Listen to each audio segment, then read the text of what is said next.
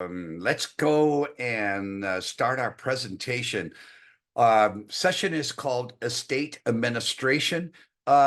Eugene, you want to come back on and just kind of explain for the last time kind of how to use our website? Absolutely. Okay, so our website again, iyme.org, takes you to itsyourmoneyandestate.org. First of all, don't we want to welcome everybody? Uh, welcome, good morning. Yeah.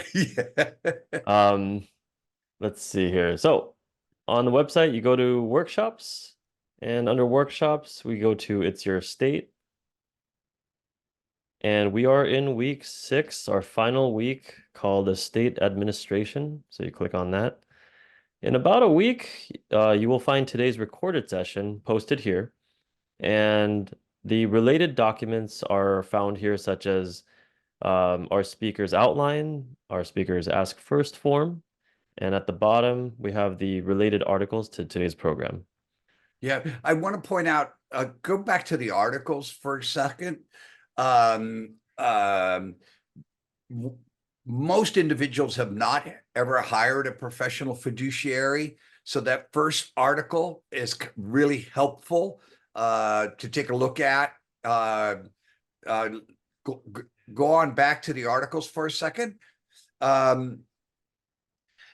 The other one that's really useful is things to do when a person dies. It gives you a complete list of activities that we're involved in at the time of a death. Not all of them apply, but it gives you something that you can hand whoever you name to kind of go through as to things to do. So don't ignore the articles. We spend some time putting them together for you. So they're there on the website. Wow. And then our speaker today is Trevor Murphy. Drum roll. And then where is Trevor? Ta-da! Trevor, welcome. Thank you. You're a professional fiduciary with Professional Fiduciary Services. And yes, and we're going to be, Trevor is a professional fiduciary, and so am I. But Trevor is going to be doing the lecture. I'm going to step in and interrupt him here and there. No. Minimum, hopefully. But let's go through the Ask First form. What's your educational background? Would you like me to put it on the screen, or do you want me just to answer your questions? Go ahead and put it on the screen if you want, or either way. Doesn't matter. I'll just answer it because Okay. it's just they know what the Ask First form is. And thank you, Pete, for inviting me to speak. Just a full disclosure, I also help Pete with the administration of the nonprofit Financial and State Literacy. What's your title? Aren't you President? You're the president. I'm the chairman.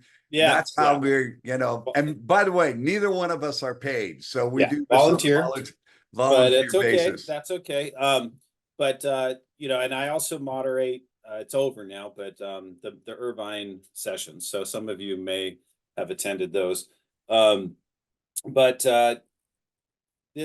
Educational background. What's your educational background?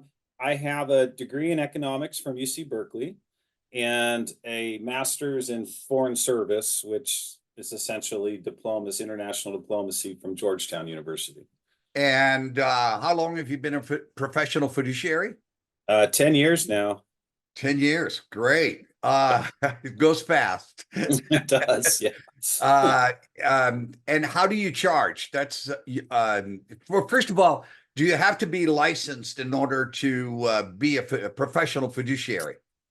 Well, if you're going to serve as an individual in any of the fiduciary positions other than your family, in more than 2 cases, then California requires you to get a professional license to do that. Okay. And we're going to talk about that license in a little bit, what you had to do to get it. But do you remember what is the licensing bureau? The licensing bureau is Professional Fiduciary Bureau in Sacramento. They issue the licenses and they renew them every year. Much like any of, it's subsumed in the Department of Consumer Affairs. So it's a consumer protection, I would say, agency that makes sure that the people, the licensees, are doing their job and not breaching their fiduciary duties to the clients. And if there's ever any issues with that, then the beneficiaries or the client themselves, if they're still alive, can issue a complaint to the bureau and they will investigate the situation. Just like on the for the bar association, you should look up attorneys on the bar. Just like on financial advisors, you should look them up on FINRA, broker check. CPAs, you should look up on their local licensing board. So you need to check out the professional to make sure that they're in good standing with their licensing group. How do you charge, Trevor? If I step in during your lifetime, let's say as a power of attorney or a healthcare agent, then I charge hourly. And my hourly fee is $225 an hour, $225 an hour. If I step in during, let's say, upon the death of a grantor of a trust, or say the surviving spouse, for example, and of an irrevocable trust now, I charge a management fee. Well, we all have a fee schedule, but essentially I have a management fee, which is a percentage of the assets that are titled in the trust at the date of death. And I charge a prorated fee up until the date of final distribution of 1%. And then that goes down if you have a larger trust, let's say of 5 million or more, 75 basis points, over 10 million, 50 basis points. And then there may be other what are called extraordinary services that need to be provided in an irrevocable trust administration. And those would be things like litigation or real property issues or hoarding or just things that are over and above a normal trust administration. And those are also charged. They're on the fee schedule, but they're charged an hourly on top of the management fee. But that's, if you're organized and things are prepared and you've done a good job, then those fees can be mitigated quite, minimized, I should say. So Yeah. just So most professional fiduciaries, I think you should insist on it, has a fee schedule. And so that's one of the first things you ought to request from a professional fiduciary. How many professional fiduciaries are there in the state of California? Gosh, we had the large statewide conference 2 weeks ago, and I was surprised to hear there's about almost 1,500 licenses that have been issued, but only about 980 of those are active. So almost 1,000 active licensees, meaning people get their license and they may allow it to lapse or they're not using it and so forth, but about 1,000 active licensees. And approximately how many professional fiduciaries are there in Orange County? Well, I'd say about between 60 and 70. Yeah. How do you get most of your business?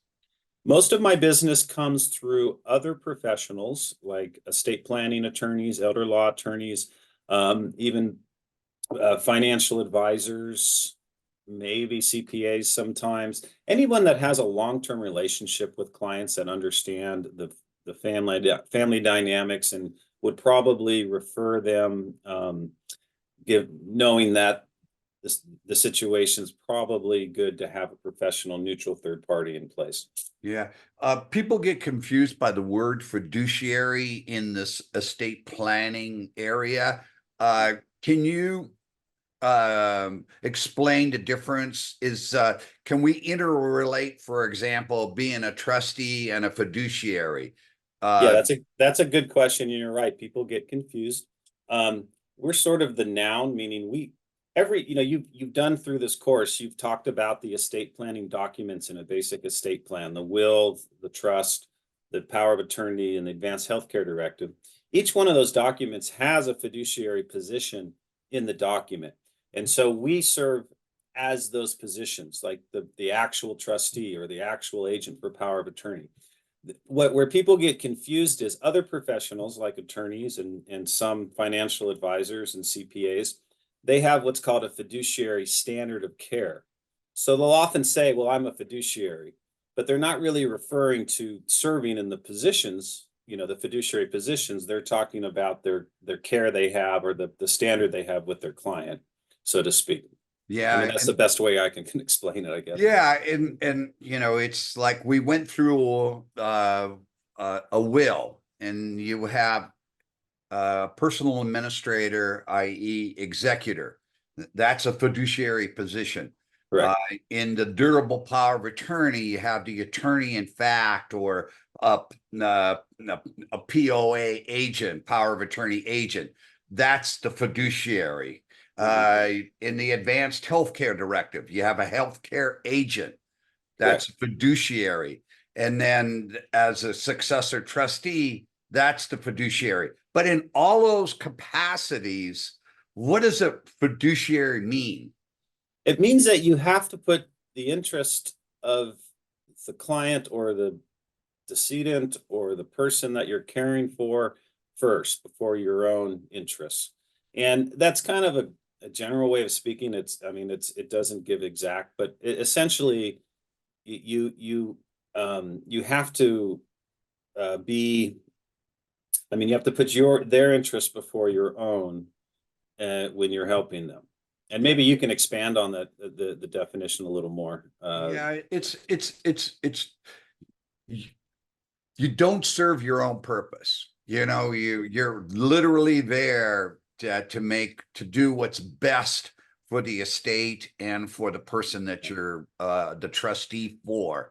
So it's the highest level of liability, and we're going to go through some of the probate codes that define that fiduciary duty, because for us as professional fiduciaries, there is no other field that really describes your job as the California Probate Code. Just before we get into the program, let me, I am also a professional fiduciary. We belong to the same group. Our group is a DBA. And what that means is that we're not a trust company. You have to be licensed as a bank in order to be named in your documents as a company. That might change in the future, but today that's the way it is. So you have to name us as individuals so that we are individually liable, responsible for the acts as a fiduciary. My fees range a 1% during lifetime and 2% in the year of death. I've been in the business for approximately around 30 years, and I have a fee schedule. And if you ask me for the fee schedule, I'll be happy to send that to you. We can also refer you to many other professional fiduciaries in the Orange County area, but we're not here to sell our services. What we're here to tell you is that most of you will name a family member, and 80% of individuals do so. There's some of you that might name a trust company. Trust companies charge somewhere between 2 and 4%. Some of you will maybe name your CPA or your attorney in this particular role. Remember, when you name them, they're going to charge you their regular hourly rate. But most of you are going to name family members. So in family members, we recommend you don't name a friend. please don't do that to a friend. But family members have the same level of liability as we do, and they have to follow the same rules. So in picking a family member to be your fiduciary, we're going to go through some stuff that I think hopefully will help you, and to have that conversation before you name them. Let's get started on your outline, Trevor, and we'll go through some of these things. Okay, I'm going to share my screen, and let me slideshow. Okay.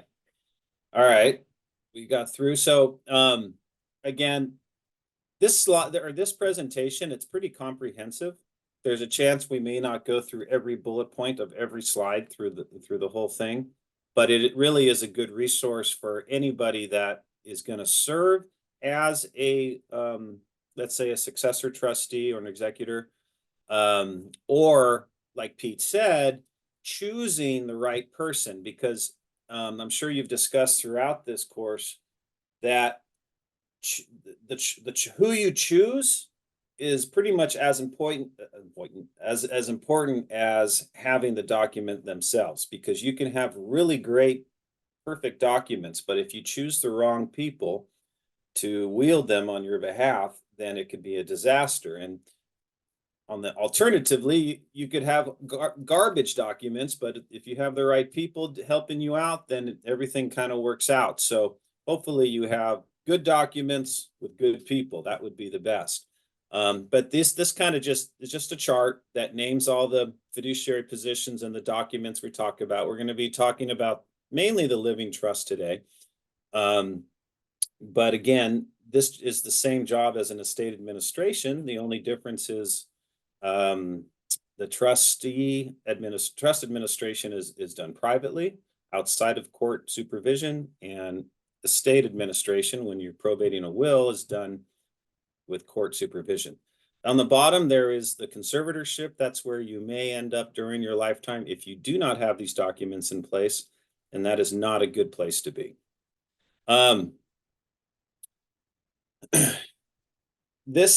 So what I really wanted to talk about today, or most of the time when you have a revocable living trust, I would say about 99% of your life, you're going to be, when you're alive and kicking, you're going to be the grantor, maybe you and your spouse, you're going to be the beneficiary, and you're going to be the trustee, meaning you're created that document, you're benefiting from all the assets titled in that trust, and you are managing those assets for your own benefit. So that's usually, I mean, your trust doesn't have a separate tax ID. It doesn't, I'm talking revocable living trust. It doesn't, file its own taxes or is a separate entity. It's kind of a pass through to you. However, let's say you live through a period of incapacity. You're still the grantor. You check that box. And you're still the beneficiary. You're still hopefully benefiting from the assets titled in that trust. However, you're unable to manage your own affairs. So one of the great things about a trust, and Pete always says, if you're single or widowed,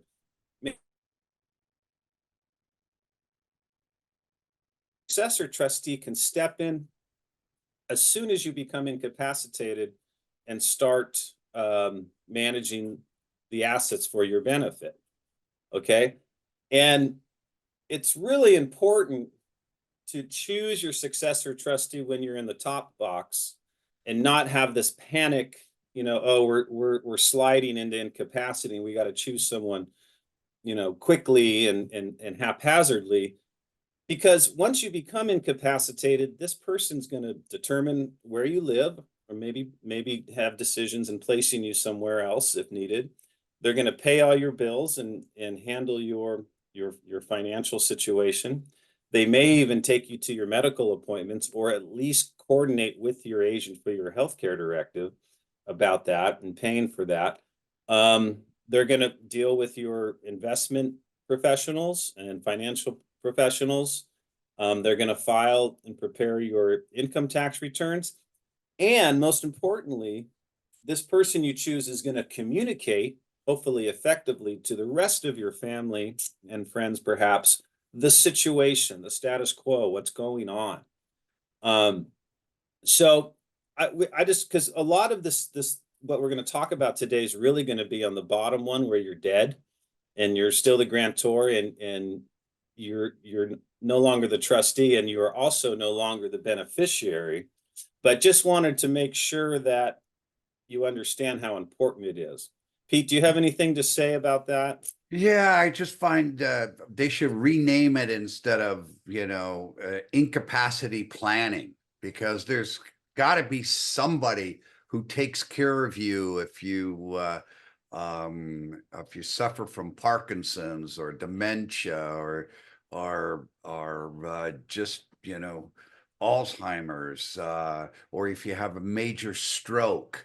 You just need an advocate here in Orange County. You got to have somebody here who can take you to the doctors, who,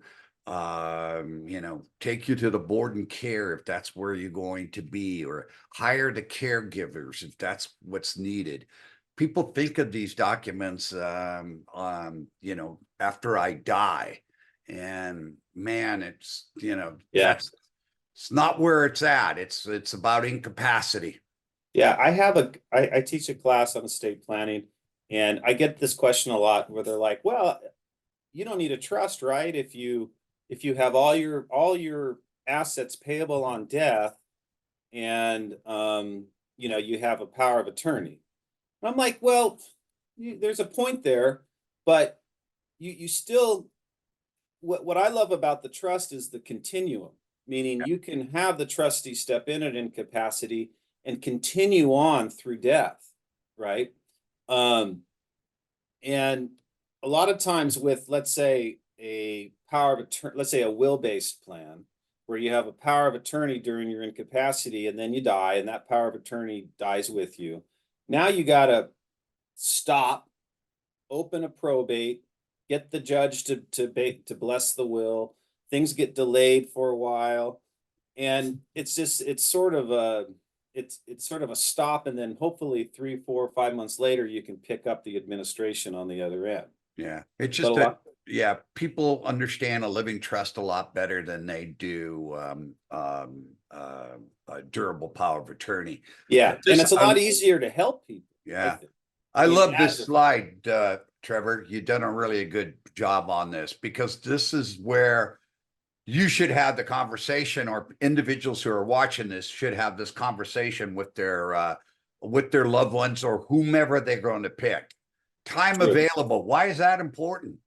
Yeah, and before we get on this, I want to make sure that not everybody perhaps is going to be good at all these things. So these are just traits that we feel make an effective trustee. But yeah, do they have the time?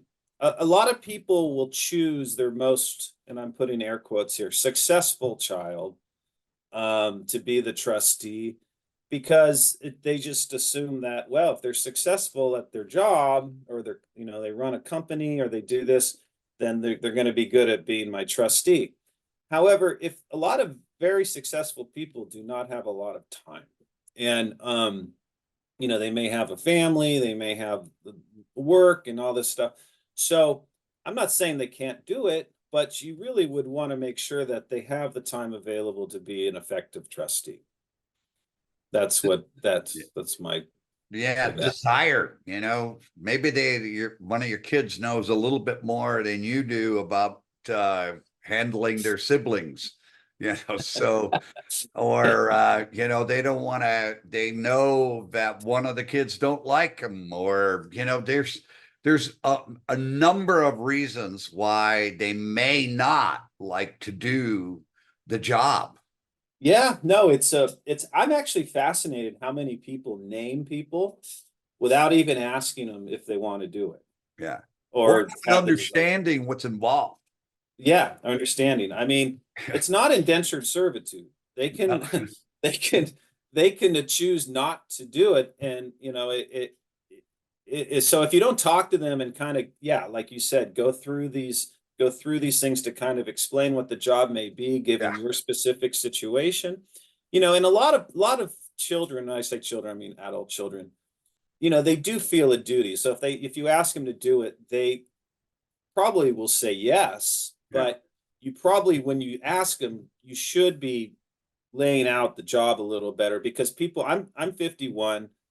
I haven't served in, let's say, my parents, because a lot of times family members do this once, maybe twice in their lives. Okay. So they see it maybe as a position of honor, and, dad chose me, so I'm going to, but they don't understand the job is really an administrative chore, is Yeah. really what it is. So anyway, so Good. you got to ask them. Yeah. And remember, when it comes to cost, it's approximately 3 to 5% To die. of your estate or trust value. Approximate.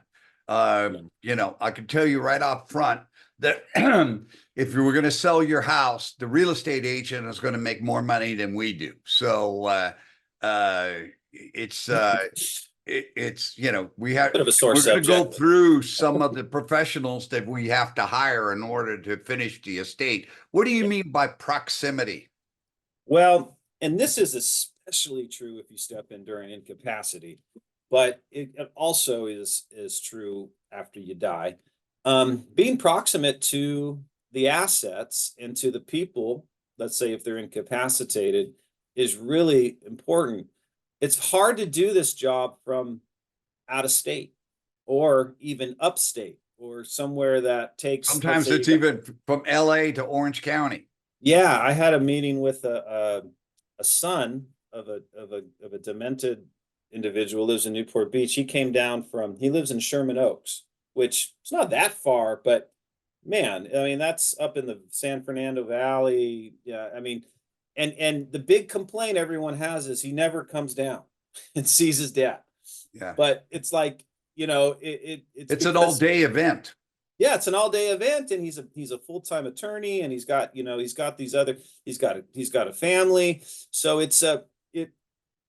being proximate is really important, I think. And now, I mean, especially having done this job for a while, I mean, even the trusts and estates that are out of the Orange County are difficult to do, because it's just, you need to put the time in, but they're just not there. Yeah. Organization and ability to delegate, those two, man, really important. Right. And being organized is obviously a very important trait for a trust administration, especially because we have all these probate codes that govern how we're supposed to do things.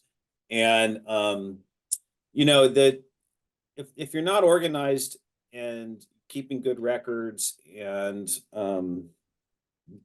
doing the proper accounting and all that, it's going to catch you later, because it's not like you can get away with it at the end. Eventually you're going to have to get yourself organized. So if you're already an organized person, and you kind of you don't even have to be a professional in anything. I would say if one of your kids is anal retentive, yeah. It's a good thing. It's a good thing. It's a good thing, because you really have to think about it, because you really are multitasking a lot of things.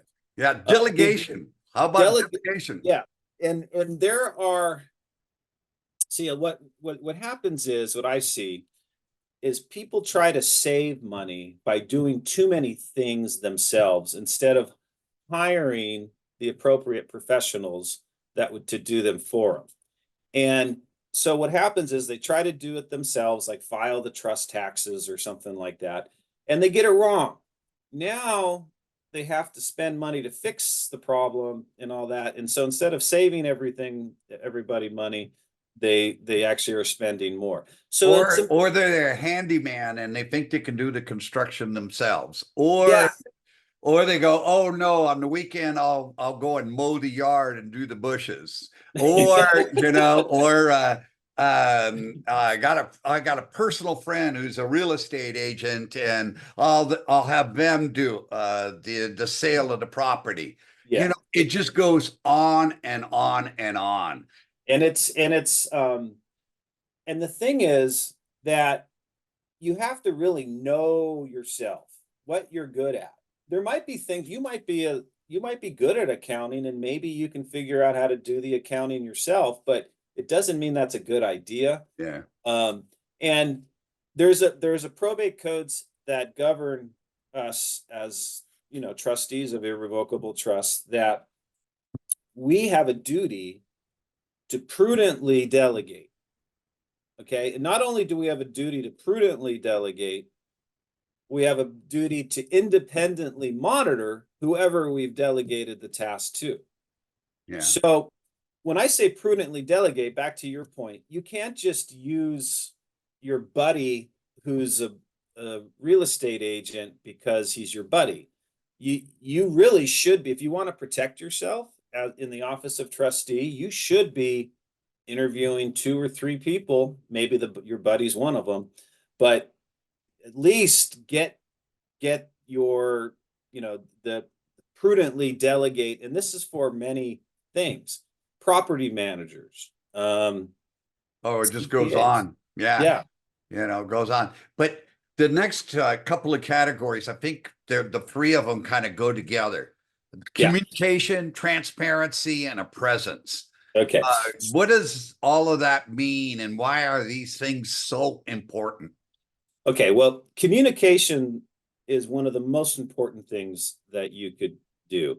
And what often happens is, and we step into very difficult family situations where the people we're dealing with are not exactly the friendliest, nicest people. However, you can't just say, look, you're a jerk, I'm not going to talk to you. That's the worst thing that you can do.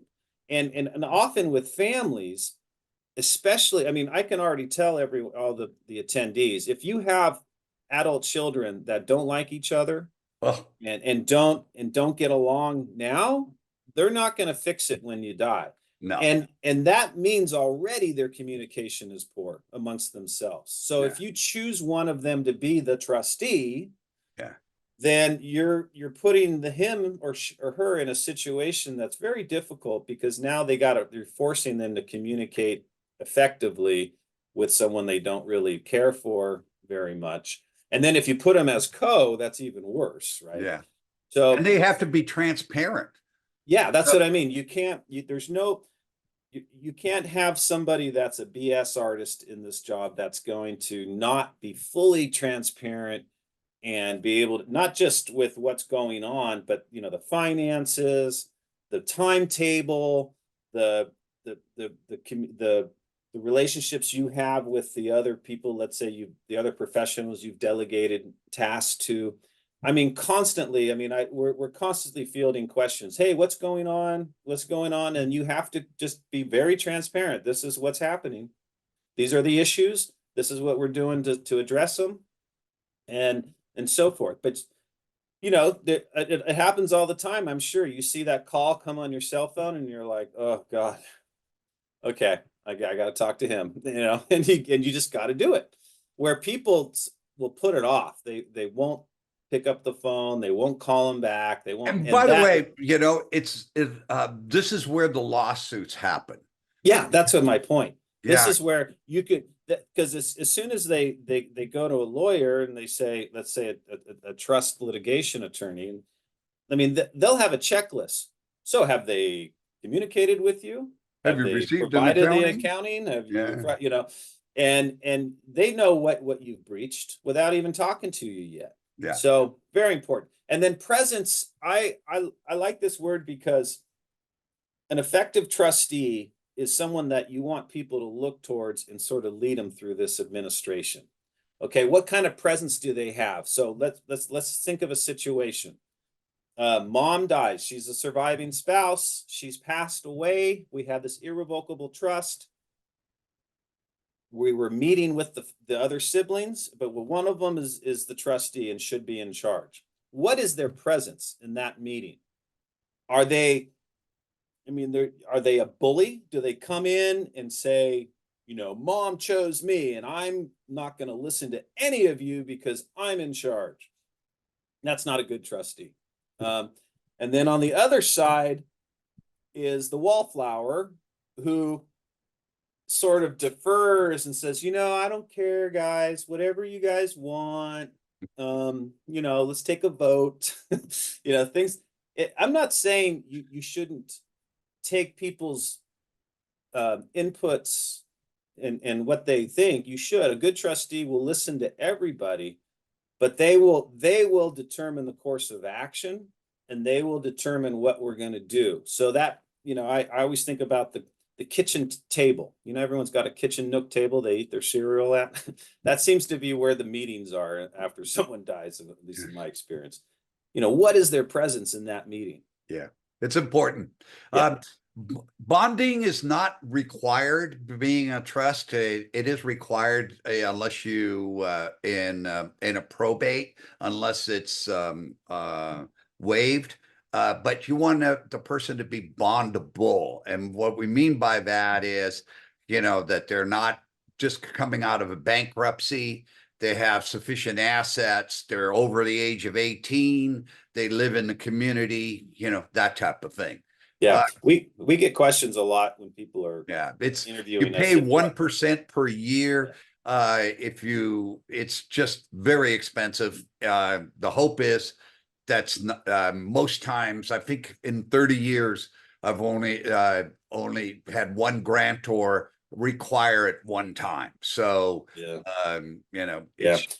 not usually necessary. if we come in and we're not, let's say a court appoints us because there's been a squabble between the existing family member beneficiaries, and we're not named in the documents as let's say a successor, usually the court requires a bond. Yeah. And remember, bonding is not cover incompetence. It only it covers stealing. So covers theft. And so people ask me all the time, are you bonded? And I'm like, no, I'm bondable, because you don't want a bond on you.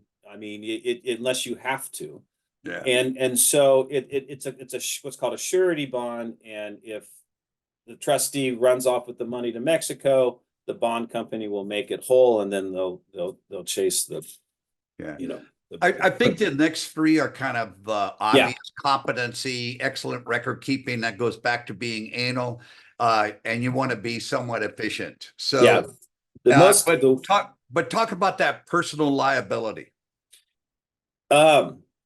So that's one thing that we have to understand, as when you take on this position, you are personally liable for all actions taken or not taken during the administration of the trust. And one of the things that, when you discuss, let's say, or you're considering using a co-trustees, they're personally liable for each other's actions too. Whoever is in the office of trustee, even if they don't know about it.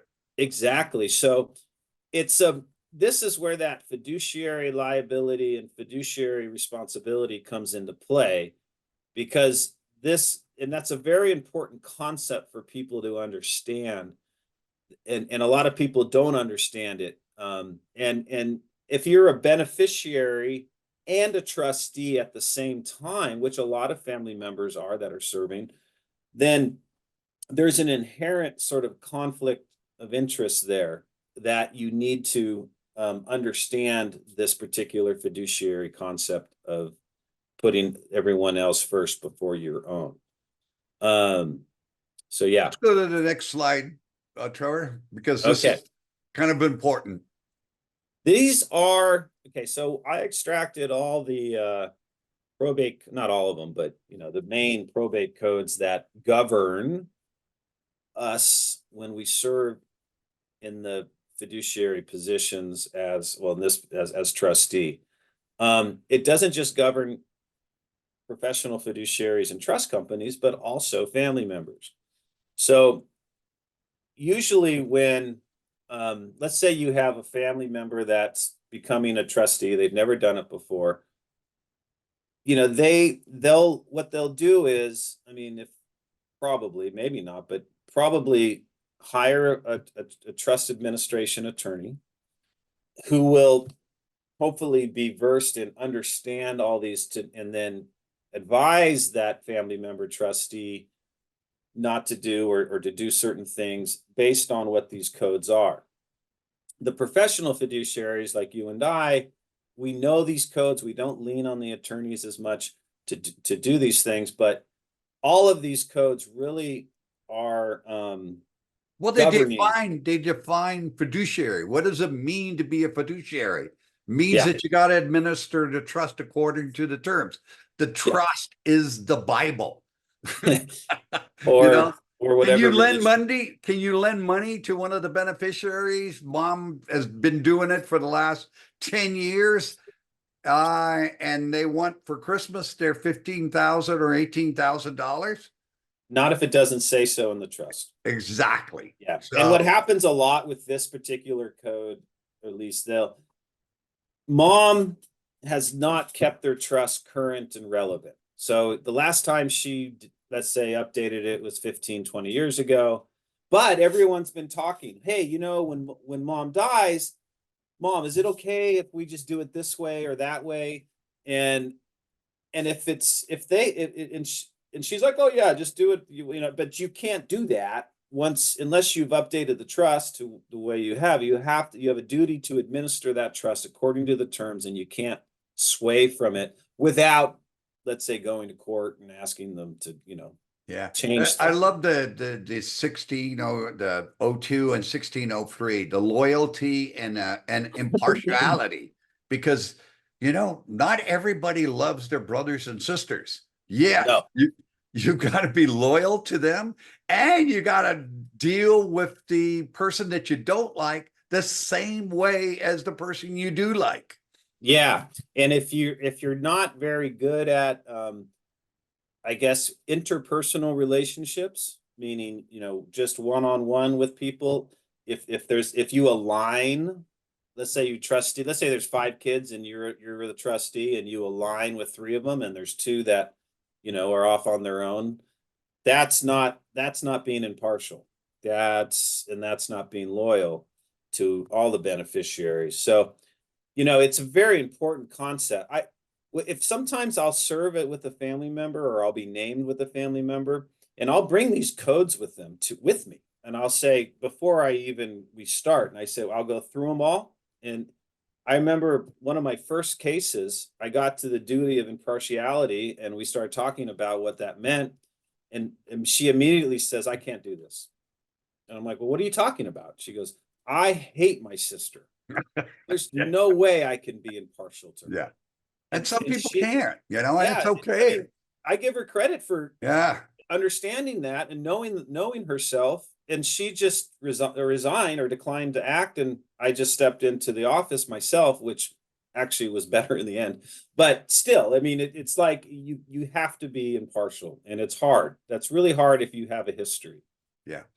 No self-dealing is just kind of obvious, but remember your family member is also a beneficiary. Mm-hmm. And so they have to put themselves in the background and they have to treat the other beneficiaries first. Yeah. Yeah. So like you always give the example of the vehicles. I mean, the vehicles are kind of a pain, as you know, in trusts and estates, but you know, sometimes there's a really nice Mercedes there in the garage, and the trustee slash beneficiary would really love to have that car. Um, what does he have to do to get that car to him? I mean, he has the checkbook, he has the control and command. Can he just write a check to the trust? No way. No way. He has to check with all the other beneficiaries first, and they have an agreement on price, and they have to agree that they will allow him, the trustee, to purchase it. Yeah. You And know? there's other examples, like if you know, if you're a real estate agent, let's say, and you've been named trustee, it is kind of a conflict, I think, Yeah. to be, you know, to choose yourself to list the house and get the commission on top of your fees and all that. That's sort of, or even if you do construction and you're the trustee and you want to fix up the house and you pay yourself to do, I mean, these are kind of under the umbrella of the Yeah, self-dealing. well, the duty to enforce claims and defend actions, we many a times have to evict a beneficiary from the house Yeah, because, that's fun. so it's a lot of an attorney friend suggested if your family doesn't get along, name a professional fiduciary because it'll bring the family together. They all have something in common to complain about. So Yeah, they all hate you. Yeah, they that's all hate you. And a lot of times they don't like you because you're doing your duty as a fiduciary. And Yeah. by the way, family members have to follow these rules. They, Yeah. they don't have an exemption because they're family. No, and that's where they get in trouble.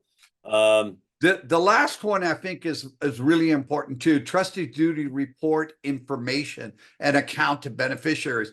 What's the first thing that the beneficiary wants to know when they know that you've stepped in?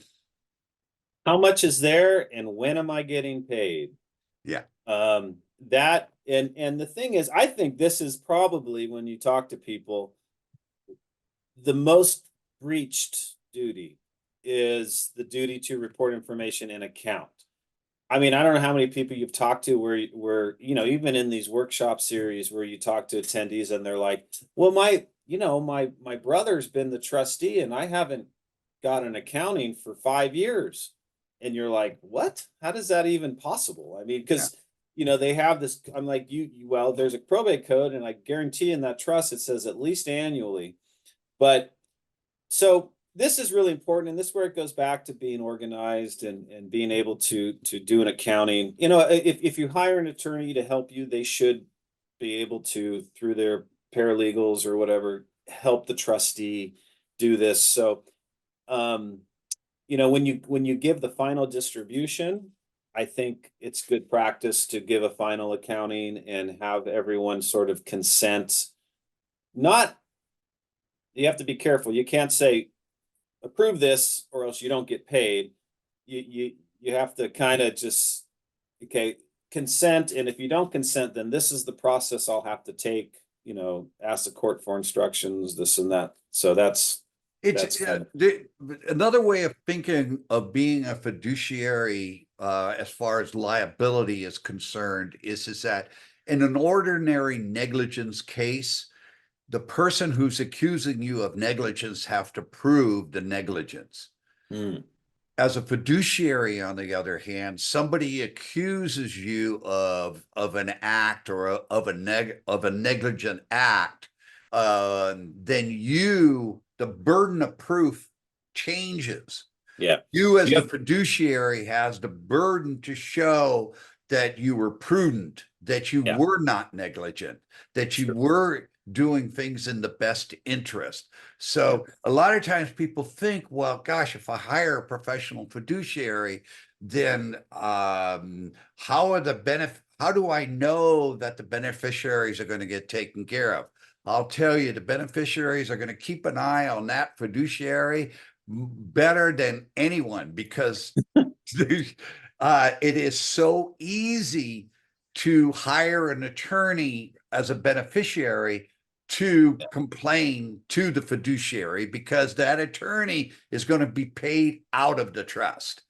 Yeah. It's very common. So being able to, everyone's got different things. I mean, just to keep everybody abreast, I usually send out, even before the final accountings, if it's been 3 months, I'll send out an informal accounting so everyone kind of knows what's going on, to try and keep everybody from wondering, because there's a legal term, it's called pillow talk, and a lot of people, spouses of beneficiaries, will be kind of pushing the beneficiary, saying, hey, we haven't heard from your brother, the trustee, in a while. What's going on? What's going on? And so it's not always, sometimes the in-laws are outlaws. And by the way, Breaking it up. 80%, 90% of all estates get settled without going to court. Okay. Because people get along. So I don't want this to be a scare session. Yeah. But you got to look at these things objectively. So if you think there might be a problem in the family, Yeah. more than likely there will be. Let's go to the next slide. Okay, this is just a quick, because estate administration, trust administration, just the difference. There really isn't much difference, like I said, other than the going through using the probate court. So remember, estate administration is probating a will, or if someone dies intestate without any documents, and their estate is worth over $184,500, then there will be a probate of that individual's estate. Let's go to the next slide. Okay, same thing. Just like I said, that's the same thing. Well, just one quick point. People are been kind of beneficiaries been kind of trained, and they believe that, hey, I've got a living trust. We don't have to go through probate. So, hey, can't I get my monies, in a month? Yeah. How long does it take to administrate a living trust approximately? Yeah, so they've been sold the living trust kind of by the attorneys saying, you won't go through probate, so it's quick. But quick in an irrevocable trust administration would be 6 months, would be quick. Oh, huge quick. Quick, but it's usually I've found between 9 and 12 months. Yes. For a simple estate. If it's a complicated estate, even longer. So it's kind of, if there's no issues and everyone allows the process to take place, it seems to go better and faster. But as soon as people start, but remember, we're dealing with families. Not all families, are quick. So if you take a look at number 3 point, locate, marshal, account for, and distribute assets. If you were to define what we do, that's it in a nutshell. True. Yeah. But that's a pretty broad term. Because there's different types of assets. There's different ways to marshal it. Locating them can be a problem. Yeah. Getting the accounting correct, you have to step up the cost basis to date of death on a lot of things. And so anyways, let's go to the next slide. Okay. So back to your point about, okay, well, this isn't court supervised, it's privately administered. Therefore a trust administration will never go to court, right?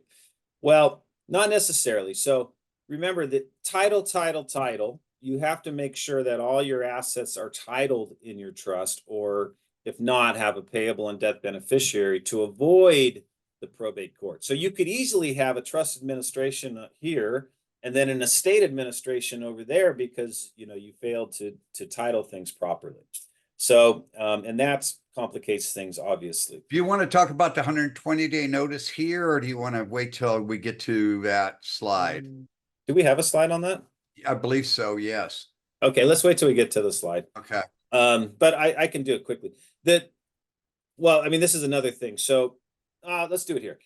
That when someone dies, the grantor, person creating the trust, the trustee has the probate code says 60 days to get out what's called a 120-day notice, right? And what this is it's just a notice telling all the beneficiaries and heirs at law, if they are not beneficiaries, and we'll describe later what that means, that this trust is now irrevocable. This is the trustee. This is the office of where the administration is going to be held. Oh, and by the way, you have 120 days if you have issues with this trust to contest the trust. And so that 120 days, if you could do the math, about a 4-month period,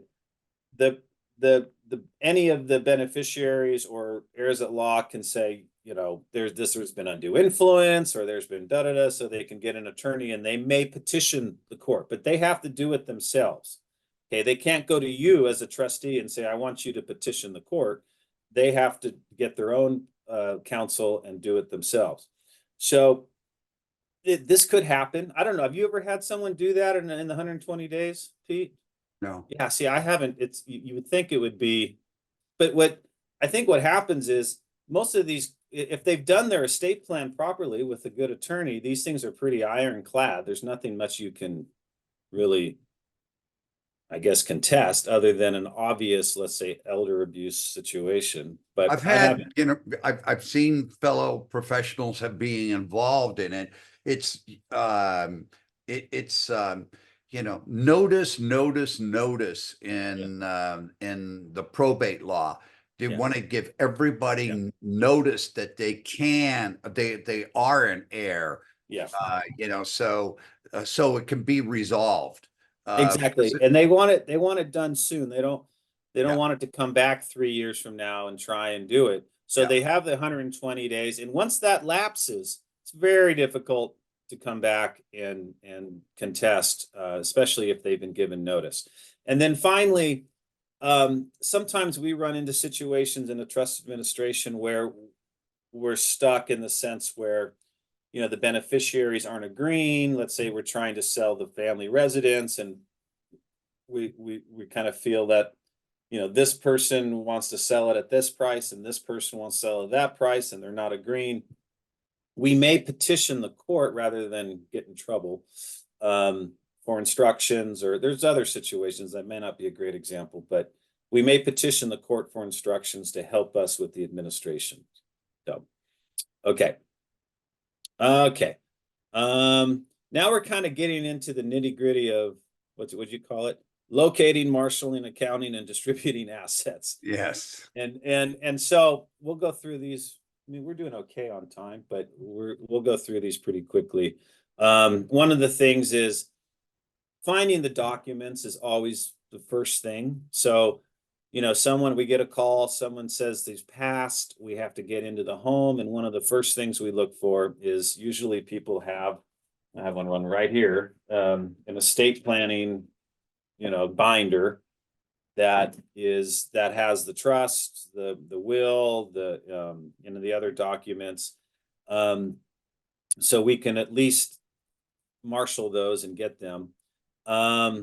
Death certificates, they are taking, I'd say, 2 to 4 weeks now. You really can't do anything with the financial institutions or anybody until you get the death certificates. So that's, and the person that's responsible for getting the death certificates is not the trustee, mind you. That would be the agent for the healthcare directive. So you have to work with them, or if you know, if you are that, then that's good. We've talked about bonding if you need it, and then getting an EIN. So when you die, your trust goes from revocable to irrevocable. So it's like a separate entity from yourself, and therefore the IRS wants that entity to get its own tax ID number when they call it an EIN. So we have to get that from the IRS, and then so when we marshal the bank accounts, we open up a new account, a brokerage or bank account with the new tax ID number for this new irrevocable trust. And that follows through on the probate code that says you got to keep the assets separate and identified. Yeah, That's yeah. a probate code rule. Right there. Yeah,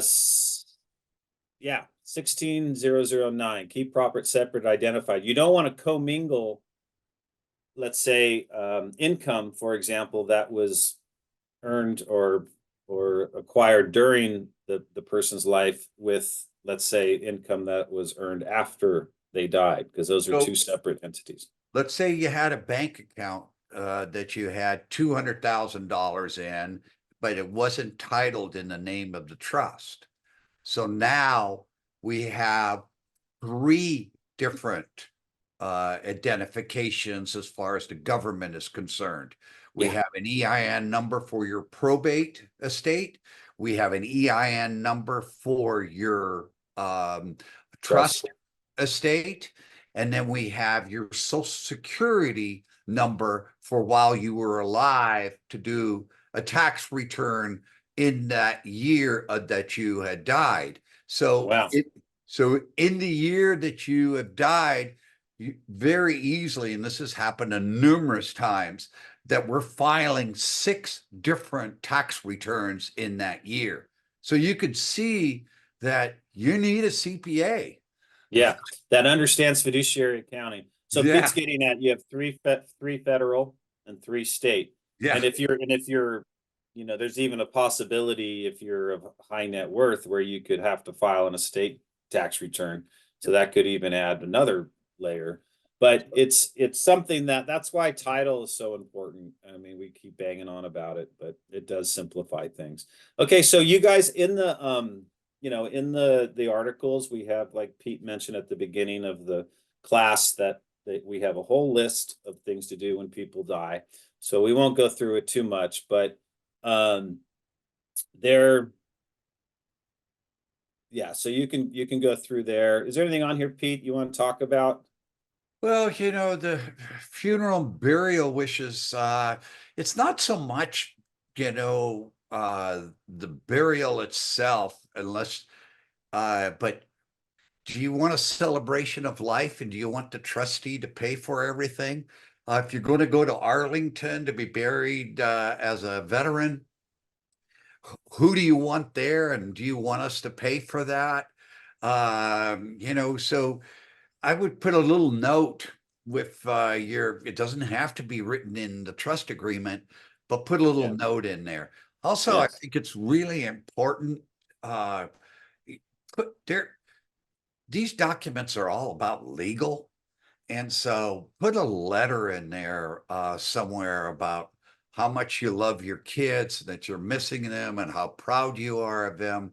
We, um, I'm 74, and it would have been nice to get that kind of a letter from my parents. We pretend to forget that there's a major loss and emotional loss. And so a lot of times we try to figure out, does the family need, some counseling? We do not arrange or obituaries. If you want an obituary, you may want to write your own and include it with your estate planning documents. If you disinherit someone, just remember they will receive a copy of the trust agreement and they will get notified. It's you need to state in your trust that you've disinherited someone.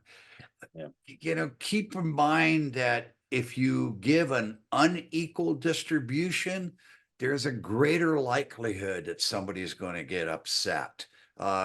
Money and love are very closely related. So, you make sure, make sure that you give in percentages. I have 3 children. I give them each a third, or I get 20% each to the kids and 20% to the charity. Percentages help you, because if you have a $100 million estate or a $500,000 estate, it's the fairness issue makes everybody feel better. Locate and review. All insurance policies, we have to have, nothing happens without a death certificate. Promissory is, how about oral loans to the kids? What do you do there, Trevor? Nothing. I mean, I don't think they're enforceable. They're not. So, but people will say, "Hey, Dad gave him 200,000. What are you going to do about it?" Yeah. And so you got to. That's what I'm saying. If you loan money and you intend it to be a loan, not a gift, please mention it in your trust or some document that says that this is a loan and it's going to be taken out on their share, or alternatively say, I forgive this at my death or something. Exactly. Just to help the trustee, because you're really putting them in a bind. So one of the first things we do also is forward the decedent's mail to ourselves, so we're getting all their information, their insurance bills and contracts, their bank statements, their, any sort of utility bill, like all those things, we want them to come to us so we can handle them. So that's something that would happen. Checking the deeds on real property, very important. Making sure that the title's done that the last recorded deed is in the trust. Vehicles are easy. They go through the DMV or Auto Club. Do not put those into the trust.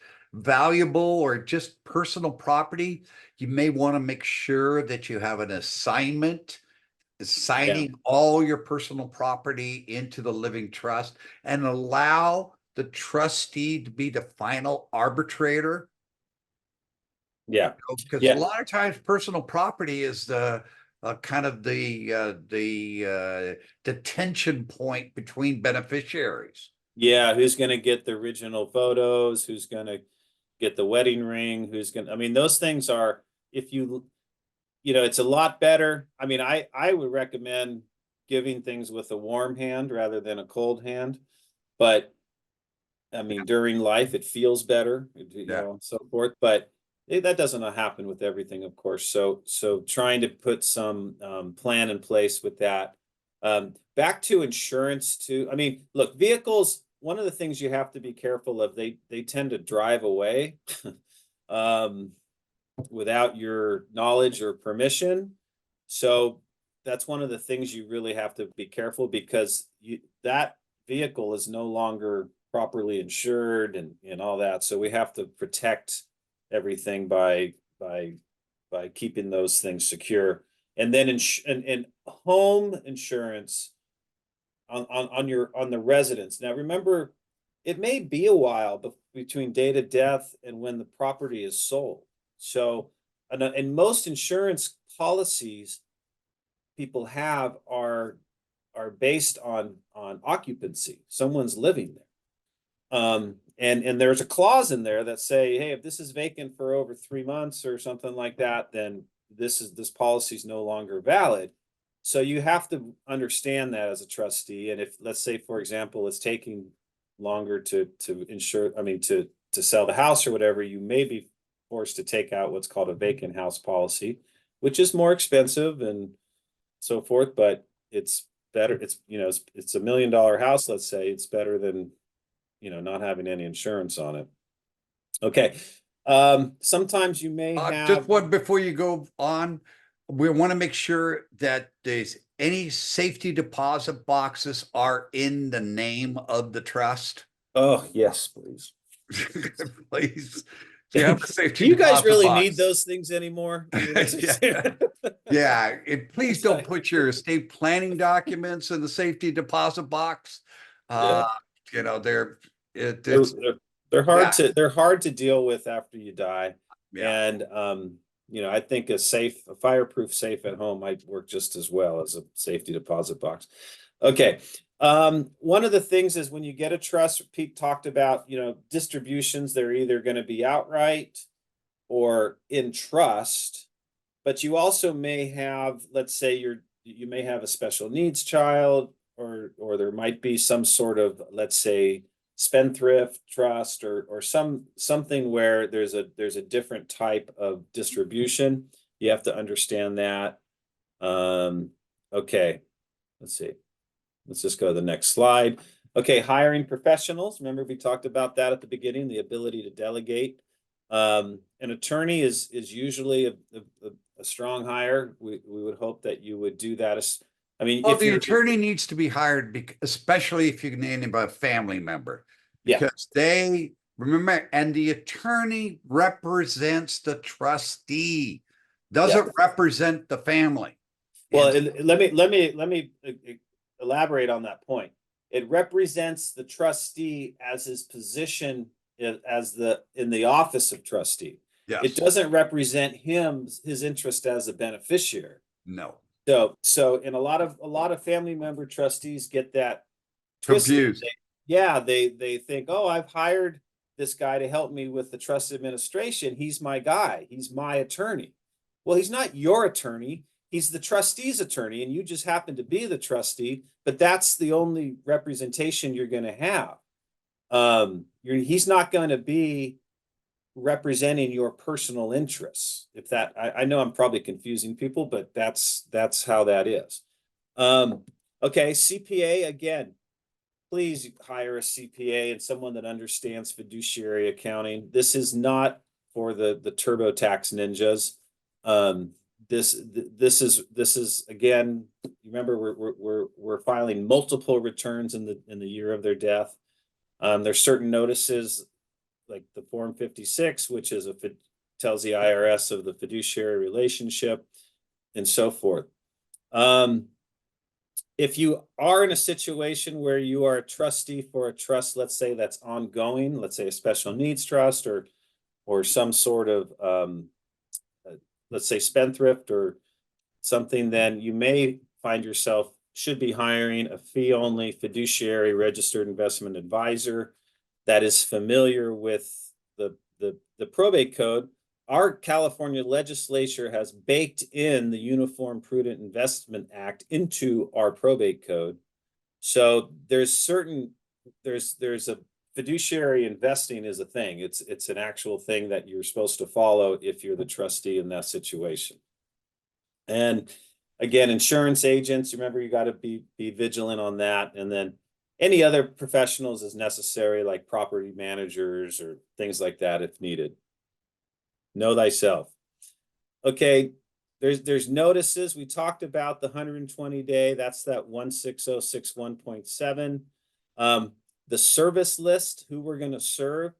Pete, this is confusing for people. You mentioned that people, who is entitled to notice. It's all the beneficiaries named in the trust, but then we also look to the probate code, almost our intestate laws, to see who else might be entitled to notice. So if you've omitted, let's say, an immediate heir, so let's say you have, your parents are dead and your kids, you have a group of children, okay, and you've omitted one that's not a beneficiary, but they're an heir, immediate heir, they're still entitled to the notice and they'll be on the service list. Or this might be easier to understand. Let's say you're giving everything to charity, or you're named charities as your beneficiaries.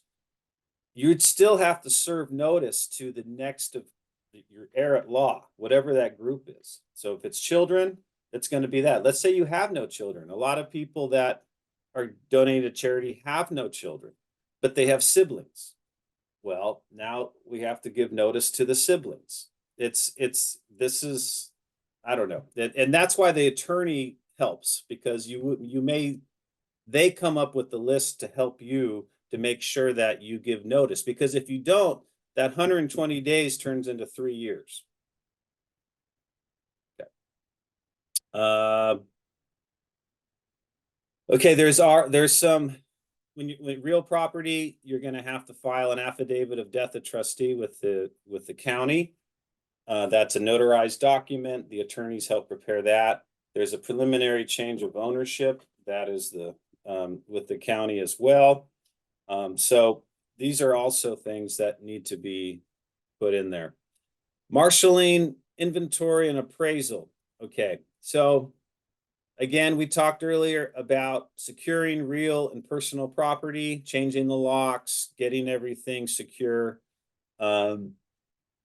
retitling bank accounts that were attached to the decedent's social security number. Now we have the new EIN, and we're moving the assets into either the brokerage or checking or savings accounts.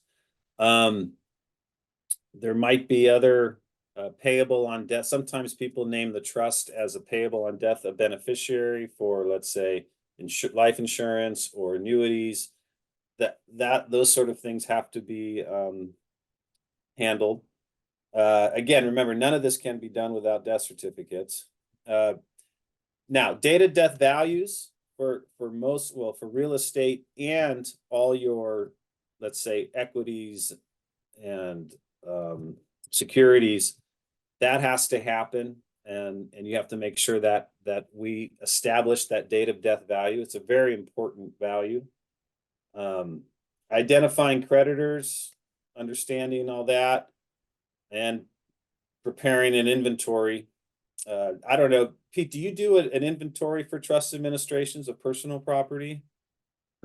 I let everybody know in the family of what the personal property is, and then we try to figure out an equitable way to transfer that personal property, especially if immediate family.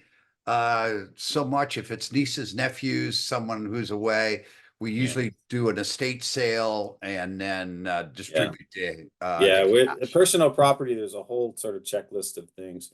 Yeah. So So keeping. by the way, if you have more than one child, then you've got to ask about uh, uh, who's going to be handling the personal property and what do you want to have done with it. And again, the warm hand is much better than the cold hand, and because It is. that watch that's been in the family, or the diamond ring that's been the personal photos, who gets the original ones, and if there's any animosity, it's it's taken out on the personal property. And that's why you want the trustee to be the final arbitrator, so that they say, okay, this is how it's going to go if you can't work it out yourself. Yeah. So, and then one of the things they always tell us as professionals is to document our decisions. When we've made decisions, to write down why we made that decision at that time. Because you don't always really remember, and people may ask, why did you do that? Or why did you do this? So that kind of helps. So after we've kind of consolidated everything, we need to kind of get it ready for distribution. So often unless it says in the document to distribute specifically, specific stock or this or that, most of the time we will liquidate the principal to conserve it and then distribute cash. Usually the cash will be in a money market account or something that is easy to distribute to the beneficiaries. So that's the final distribution. Now, dealing with that, remember, there's a lot of people that are family members may not prepare a final accounting. They'll just write checks out to people or whatever. I strongly recommend not doing that. You would want a final accounting in place, and so everything is transparent. Okay. All right. How long is this going to take? Probate in Orange County is taking over 2 years now. It doesn't matter what size the estate is. So again, that is a long time for people to wait and stew over not getting their inheritance. And it could go longer if there's conflicts. Again, if a pour over will and trust are in place, there's still that 120 days, remember, before any distribution would happen. And you're not going to go to the attorney, the day after you die, or, it usually takes 2 to 3 weeks, and then you schedule an appointment, and you're not going to get an appointment immediately. It's going to be another week or two. And so, it takes some time. Yeah. And then what another prudent thing to do is, that we do is we'll hold, like, even after we've done the accounting and we've made the distributions to the beneficiaries, but we'll hold back a reserve. Why do we do that, and how do you determine how much you hold back? So I usually determine that based on what kind of income tax returns have been filed the previous 2 to 3 years, if they have been filed, how complex the estate is from a tax point of view, so that once you distribute the assets, beneficiaries are very unlikely to give money back to if you get audited. So you want to make sure that that you keep a reserve just to pay potentially future taxes. And the period is 3 years from the date of filing the last tax return. We are running out of time. Yeah, we're good. We only had a few more slides, and those were just, we talked about those at the beginning. There's more. The last 3 slides are about professional fiduciaries. And if you want to make this easier, keep your estate planning documents updated. Talk to your fiduciary family member fiduciaries about these things we spoke about today, so they understand, and just keep things organized and ready. Yeah, and pick the right person in the family. You know, that's really and talk to, and if you smell that there's going to be some, problems, then you may want to get a professional involved. I agree. We get our business mostly through attorneys, and it's usually because the family members do not get along. And but and people don't hire us a lot of times because of cost. Well, we save a lot of money because we don't have to go to an attorney for everything that we have to do. So it still runs approximately the same. And if you want one of your kids to be paid because it's an administration, it's not an honor, then talk to the other kids about that as well. Yeah, there's not a lot of specific detail about compensation in your trust. No. There'll be a clause that says that your trustee is entitled to fair and reasonable compensation, and that's as specific and as vague as it gets. Yeah. So without really kind of hashing that out, it allows the door to open for people to kind of take advantage of that particular situation. Yeah, and the other kids who are not named as a trustee expect the person who's named as a trustee to do it for free. So misunderstandings happen. So the more things you get cleared up in the front end, the better off you're going to be. And that's true. And die broke, Yeah. Spend your money. Yeah. Yeah, you'll have less problems at death. That's for sure. Okay, we've come to the end. Eugene, come on back on board.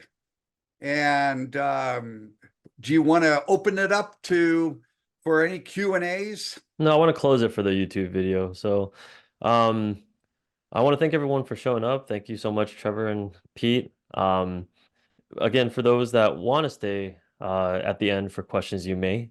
But for now, we'll say our goodbyes and have a good day. Okay. Thank you. Thank you, guys. Thank you.